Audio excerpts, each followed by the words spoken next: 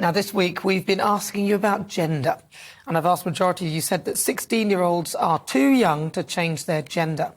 41% completely agreed that that is too young, whilst 8% said they completely disagreed. We can also reveal that 22% of the public strongly support the government's blocking of the controversial gender reform bill. So with me now is Kellie-Jay Keen, founder of Standing for Women. Kelly, are the majority right to think that 16 is too young? Absolutely. I'm surprised it wasn't 100%. Yeah. I don't know who the 8% were, but yeah, very odd, isn't it? So what, in your view, why do you think that this bill is kind of being reformed by the Scottish people, and in particular Nicola Sturgeon, SNP party, who want to bring this bill to the forefront when no one was really talking about it? I think she might see it as some sort of legacy. I think she might see herself in this position of the most virtue signalling leader. Of course, she's competing with Biden, Trudeau, and the newly resigned Ardern. So I can only think it's really bad reasons. I can't think of a single good reason why anybody would want children, minors, to change their sex at all. I mean, frankly, I don't think anybody should, but certainly not under 18s. It's absolutely preposterous.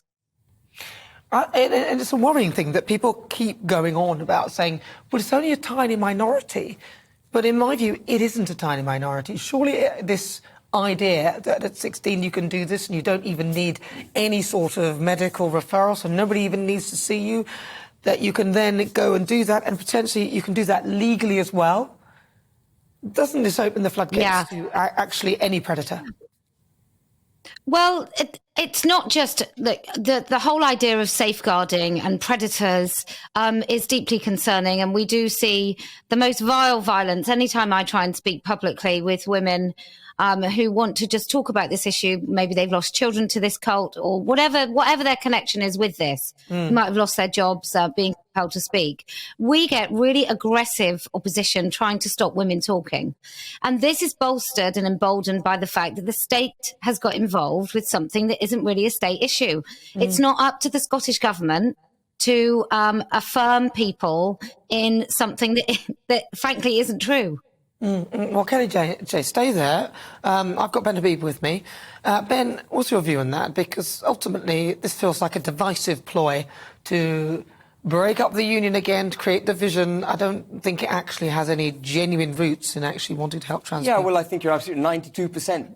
I mean, I don't know why, as you say, it wasn't 100%. 92% don't want this. So if politicians are taking their lead from popular demand, it's not wanted. But that's typical, isn't it? I don't want to use the word woke lightly and as a throwaway term, but this is a typical woke issue. This is an issue that does affect a minority of people, but they're enforcing their will on the majority. And in doing so, they inculcate division. It's the same with BLM. We were discussing this in the break. You know, it's the same with all these other minority issues that are promoted almost to sort of as if it's an existential threat to the way communities operate. And in doing that, they drive their agenda home.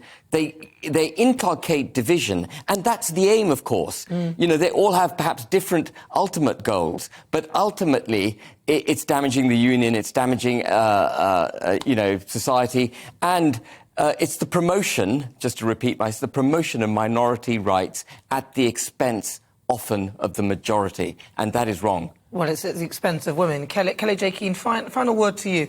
How do you see this should go forward? Do you think they should scrap it all together, or do you feel there is some relevance to some of the changes there? What's your thoughts, final thoughts to you? I think we should totally scrap any idea that somebody can legally change their sex in any shape or form. That's my view. I think the UK government now, as a whole, needs to get rid of the Gender Recognition Act. Let's just get rid of it all. No more legal fictions. That would be good for women. Thank you very much. Very, very decisive. Kellie-Jay Keen, lovely to talk to you.